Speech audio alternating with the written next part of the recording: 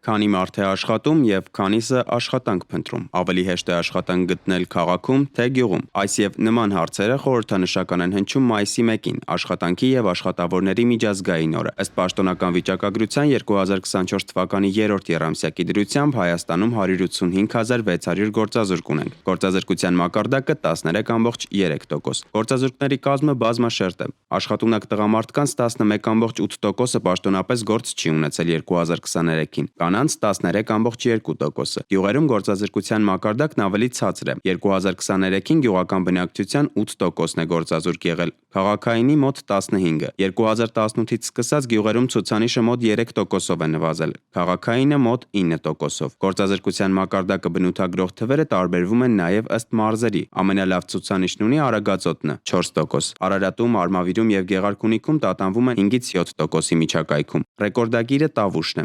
23,3%։ Հաջորդում են Լոռին, Կոտայքը եւ Շիրակը 15-ից 18%-ներով։ 2023-ին Երևանում գործազրկությունը կազմել է 14,8%։ Ես պատասխանատու ասում եմ,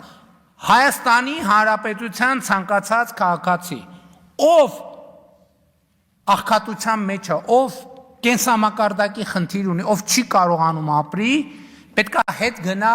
իր կրթության որևէ փուլում է այդ խնդրեմը առաջացել։ Կրթվելը փրկություն չէ, բայց աշխատանք փնտրելիս օգնում է։ Բարձրագույն կրթություն ստացածների 10,7%-ն այս պահին գործազուրկ է, իսկ հիմնական կրթություն ստացածների 22,5%-ը։ Գործազուրկների բանակի կողքին Հայաստանում նաև թափուր աշխատատեղերի բազմություն ունենք։ 2024-ի 4-րդ եռամսյակում մոտ 9,700 թափուր աշխատատեղ է եղել, որից 6,500-ը պետական սեկտորում, 3,200-ը ոչ պետական։ Նույն ժամանակի տվյալներով աշխատող մարդիկ մոտ 1,2 միլիոն են կազմել։ Միջին անվանական աշխատավարձը մոտ 287,000 դրամ։ Կանանց դեպքում այն 218,000 դրամ է եղել, իսկ տղամարդկանց դեպքում 360,000 դրամ։ Սիմոն Հովանիսյան, Renews Armenia։